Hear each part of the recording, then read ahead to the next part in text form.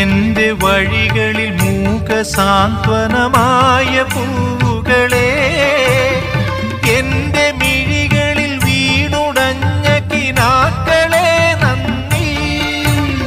മധുരമാം പാഥേയമായി തേൻ കനികൾ തന്ന തരുക്കളെ, തളരുമീയുടൽ താങ്ങി നിർത്തിയ പരമമാം കാരുണ്യമേ നന്ദി നന്ദി. എന്നോടൊത്തുണരുന്ന പുലരികളെ, എന്നോടൊത്തു കിനാവു കണ്ടു ചിരിക്കുമിരവുകളെ, യാത്ര തുടരുന്നു, ശുഭയാത്ര നേർന്നു.